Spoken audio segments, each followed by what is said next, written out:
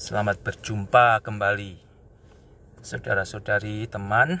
Ya, ada waktu kembali nunggu jemput anak. Ya, saya mau membagi bagian bacaan dari Alkitab yang mungkin jarang Anda dengar atau bahkan belum pernah Anda dengar.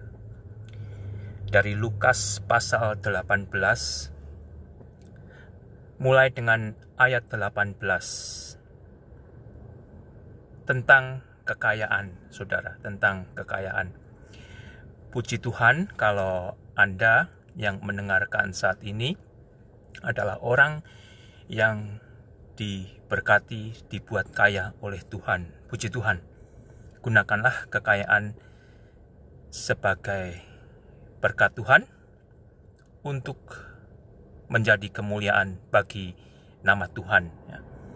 Kalau Anda yang masih merindukan jadi kaya, belajarlah juga mengapa Anda mau jadi kaya. Ya, sehingga kalau Anda diberkati menjadi kaya oleh Tuhan, Anda tidak salah mempergunakan kekayaan. Demikian saudara bunyinya. Ada dari Lukas pasal 18, ya, mulai dengan ayat 18. Ada seorang pemimpin bertanya kepada Yesus. Ya, seorang pemimpin bertanya kepada Yesus, katanya, "Guru yang baik, apa yang harus aku perbuat untuk memperoleh hidup yang kekal?" Ya, jadi ada pemimpin yang bertanya kepada Yesus. Yesus oleh dia disebut sebagai guru yang baik. Apa yang harus aku perbuat untuk memperoleh hidup kekal? Apa yang harus aku perbuat supaya aku bisa masuk sorga? Supaya ketika aku nanti mati, aku tidak masuk neraka, atau supaya ketika aku nanti mati, aku tidak dibuang, dihukum di dalam penghukuman karena dosaku. Jawab Yesus kepada pemimpin yang bertanya kepada dia. Ya, perhatikan saudara, mengapa kau katakan aku baik? Tak seorang pun yang baik selain daripada Allah saja. Ya. Tidak ada manusia yang baik, saudara. Ya. Kalau pemimpin tersebut menganggap Yesus hanya sebagai manusia, manusia itu tidak ada yang baik.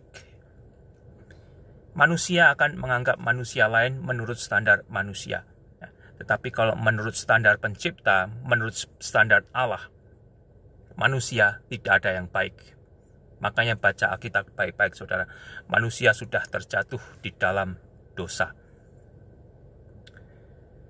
Tidak ada seorang pun yang baik selain daripada Allah saja, ya. Kecuali kalau pemimpin itu pada akhirnya mengakui dan mengerti jika Yesus adalah Allah, ya, Yesus adalah yang baik. Engkau tentu mengetahui segala perintah Allah. Ya, perhatikan saudara, ya. Jangan berzina, jangan membunuh, jangan mencuri, jangan mengucapkan saksi dusta, hormatilah ayahmu dan ibumu. Kata orang itu, kata pemimpin yang bertanya kepada Yesus, "Semuanya itu telah kuturuti sejak masa mudaku, Yesus." Mendengar itu, Yesus berkata kepadanya, "Masih tinggal satu lagi yang harus kau lakukan. Jualah segala yang kau miliki dan bagikanlah itu kepada orang-orang miskin.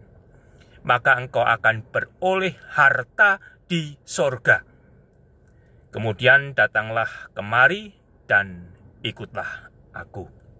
Ya, jadi pemimpin ini, dia dalam hidupnya sejak kecil sudah diajar dan mempraktekkan perintah Allah dengan tidak berzina, dengan tidak membunuh, ya, membenci sesamanya itu sudah oleh Alkitab dikatakan membunuh, ya. Jangan berzina, dia tidak melakukan perzinahan, dia tidak mencuri, dia tidak mengucapkan saksi dusta, ya. Hidupnya menghormati orang tuanya, ya. Tetapi itu masih kurang. Masih tinggal satu lagi yang harus kau lakukan. Jualah segala yang kau miliki dan bagikanlah itu kepada orang-orang miskin, maka engkau akan beroleh harta di sorga.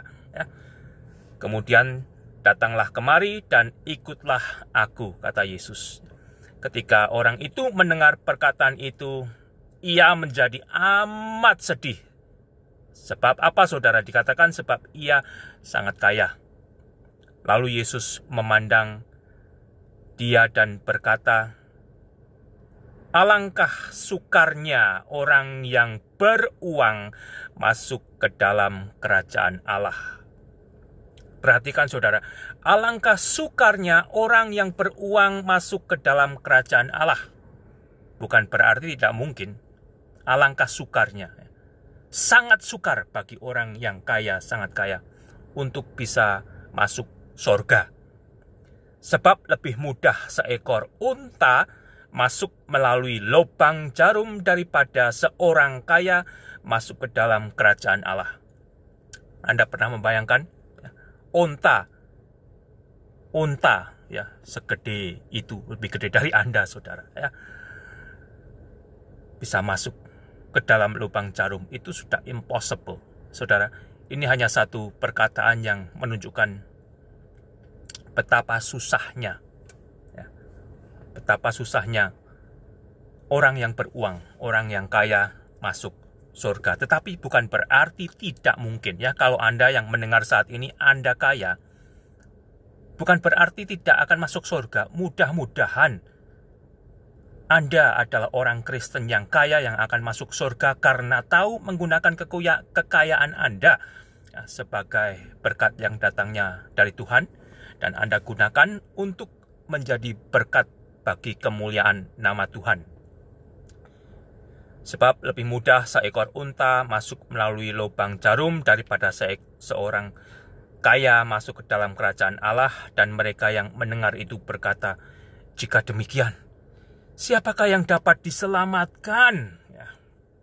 Mereka mengeluh. Kata Yesus, apa yang tidak mungkin bagi manusia, mungkin bagi Allah. Ya. Apa yang tidak mungkin bagi manusia, mungkin bagi Allah. Di sisi lain, kalau Anda membaca dari 1 Timotius pasal yang ke-6,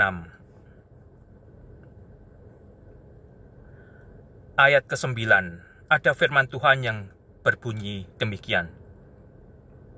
Tetapi mereka yang ingin kaya terjatuh ke dalam pencobaan, ke dalam jerat, ke dalam berbagai-bagai nafsu yang hampa dan yang mencelakakan, yang menenggelamkan manusia ke dalam keruntuhan dan kebinasaan. Karena akar segala kejahatan ialah cinta uang, sebab oleh memburu uanglah beberapa orang telah menyimpang dari iman dan menyiksa dirinya dengan berbagai-bagai duka. Saudara, ya, konteks ini, topik ini adalah topik yang tidak banyak disukai oleh orang Kristen, ya. Pembahasan ini, khotbah tentang apa yang dikatakan oleh Yesus ini tidak disukai, ya. Sebenarnya ini sangat penting sekali untuk Anda perhatikan, untuk saya perhatikan, ya. Jadi kalau saya atau Anda diberkati oleh Tuhan menjadi kaya dan sedang dibuat kaya atau sudah kaya, saudara, kita akan tahu bagaimana kita tetap menggunakan kekayaan yang Tuhan berikan. Sehingga apa? Sehingga akhirnya kita tetap menuhankan Tuhan, ya. Artinya kekayaan tersebut tidak mengambil alih bagian Tuhan. Kekayaan tersebut tidak menjadi Tuhan saya dan Tuhan Anda, ya. Ya. Itu, saudara, ya. Karena dikatakan apa perkataan Yesus tentang hal ini juga dicatat di dalam kitab Matius dan Markus. Itu berarti begitu penting untuk orang Kristen perhatikan, ya. Anda boleh kaya, puji Tuhan kalau Anda dibuat jadi kaya oleh Tuhan. Tetapi agar kekayaan itu tidak menjadi menggantikan Tuhan bagi Anda, terimalah kekayaan tersebut sebagai dengan ucapan syukur dan gunakanlah saudara untuk memuliakan Tuhan. Ya. Jangan Anda gunakan terlebih dahulu untuk memuliakan daging Anda. Ya. Kekayaan yang Tuhan anugerahkan kepada Anda, jangan Anda gunakan terlebih dahulu untuk memuliakan emosi Anda, untuk memuliakan daging Anda. Tetapi gunakanlah untuk kemuliaan Tuhan dan Anda tidak akan salah. Anda tidak akan menggantikan Tuhan yang seharusnya Anda tuhankan dengan uang. Tetapi kalau ternyata uang atau harta yang Tuhan berikan Anda gunakan untuk memuliakan diri Anda terlebih dahulu, itu yang menjadi salah. Di Alkitab banyak saudara, di Alkitab banyak contoh-contoh tokoh Alkitab yang kaya, yang diberkati Tuhan, tetapi tahu menggunakan berkat yang Tuhan berikan untuk memuliakan Tuhan. Disitulah Anda harus mencontoh. Disitulah saya harus mencontoh. Siapa sih yang tidak pengen kaya? Ya mungkin ada.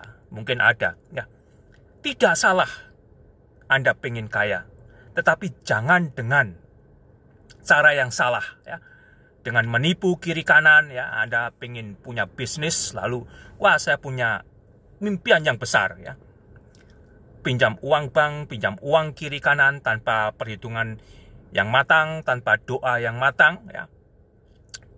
Dengan tujuan apa? Memuaskan nafsu Anda. Setelah itu, tidak berhasil, tidak bisa bayar bank, tidak bisa bayar teman, tidak bisa bayar saudara. Ya. Atau, karena ingin kaya, Anda menipu. Ya. Menipu, berusaha cari uang, pinjaman sebanyak mungkin. Ya. Hati-hati. Itu semua adalah tantangan, hanya contoh kecil yang akan dihadapi bagi Anda yang ingin jadi kaya. Tetapi saudara, mengucap syukurlah dari yang kecil, apa yang Tuhan berikan, gunakanlah itu. Ya. Kalau Anda istilahnya saat ini mendapatkan gaji 1 juta dalam sebulan, Anda mengucap syukur dengan persembahan 100.000, puji Tuhan, Anda diberkati, gaji Anda jadi 10 juta, ya. Persembahan Anda juga Anda tambahi jadi 1.500.000, puji Tuhan. Ya.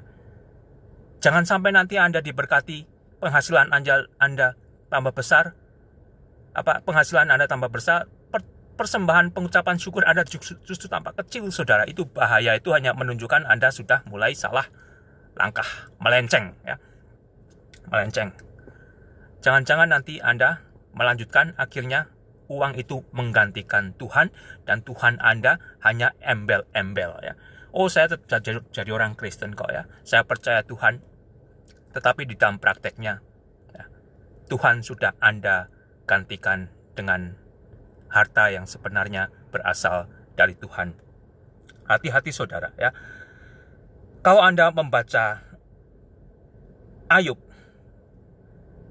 itu adalah orang yang sangat kaya. Tetapi ketika Ayub dicobai oleh iblis dan keluarganya,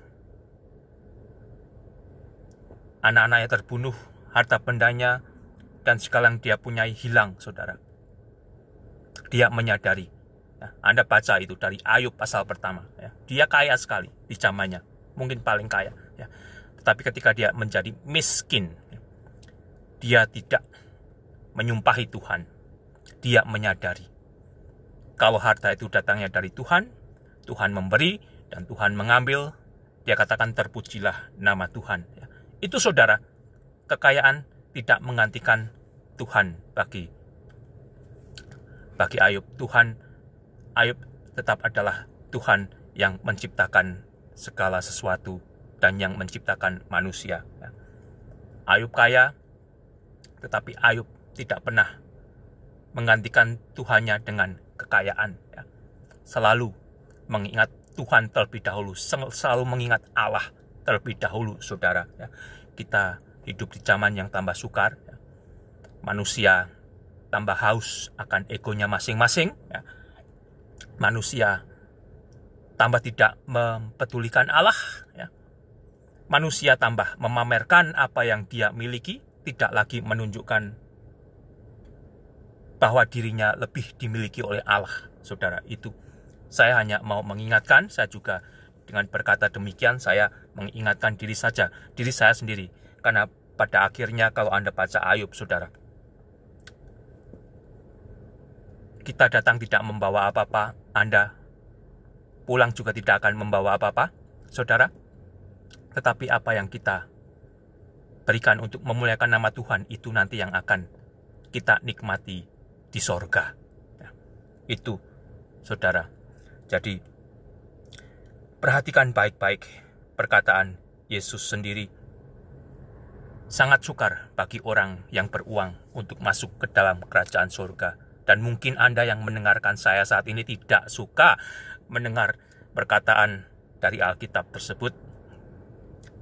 Ya, hati-hatilah. Karena ini serius sekali. Anda bisa kembali merasa aman. Saya orang kaya, saya orang Kristen, saya kasih persembahan, pasti saya masuk surga. Ya, kalau Yesus tetap menjadi Tuhan Anda, bukan harta menggantikan Yesus, Anda akan masuk surga. Tuhan memberkati.